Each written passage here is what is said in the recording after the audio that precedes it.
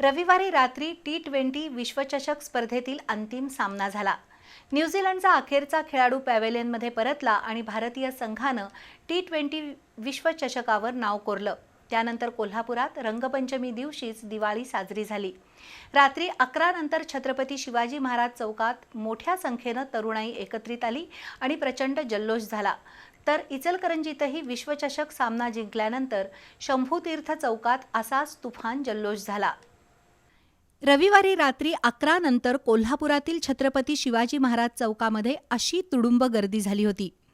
टी20 विश्वचषक स्पर्धेमध्ये भारतानं न्यूझीलंड संघावर विजय मिळवला आणि रंगपंचमी दिवशी रंगांसह फटाक्यांची आतषबाजी सुरू झाली।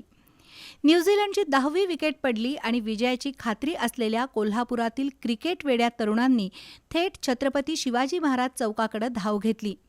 अनेकांनी दुचाकी बाहेर काढल्या आणि भारतीय तिरंगा फडकवत विजयाच्या घोषणा दिल्या। छत्रपती शिवाजी महाराज चौकात तर तरुणाईच्या उत्साहाला उधाण आलं होतं। ढोल ताशांचा दणदणाट, भारत माता की जय आणि वंदे मातरमच्या घोषणांनी सारा आसमंत निनादून गेला। छत्रपती शिवाजी महाराजांच्या पुतळ्याभोवती भव्य तिरंगा नाचवत तरुणांनी भारत विश्वचषक स्पर्धेमध्ये विजेता ठरल्याचा आनंद व्यक्त केला। त्यामुळे रविवारी रात्री छत्रपती शिवाजी महाराज चौकाला जत्रेचं स्वरूप आलं होतं।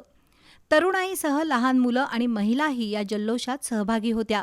दरम्यान सामना जिंकल्यानंतर छत्रपती शिवाजी महाराज चौकात गर्दी आणि जल्लोष होणार हे लक्षात घेऊन पोलिसांनी मोठा बंदोबस्त ठेवला होता।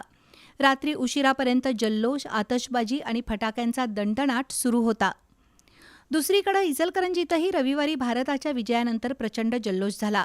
रविवारी दिवसभर रंगपंचमी साजरी करून संध्याकाळी 7 नंतर अनेकांनी टीव्ही समोर ठिय्या मारला, तर इचलकरंजीतील अनेक हॉटेल्स, कॅफे आणि चौकातही मोठे LED स्क्रीन लावून सामन्याचं प्रक्षेपण करण्यात आलं। अनेकांनी मित्रपरिवार आणि कुटुंबियांसमवेत विश्वचषक स्पर्धेतील अंतिम सामना पाहण्याचा आनंद लुटला।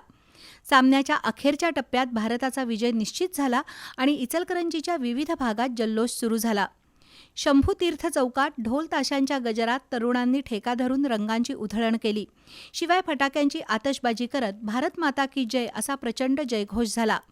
रविवारी रात्री सुमारे 2 तास हा जल्लोष सुरू होता।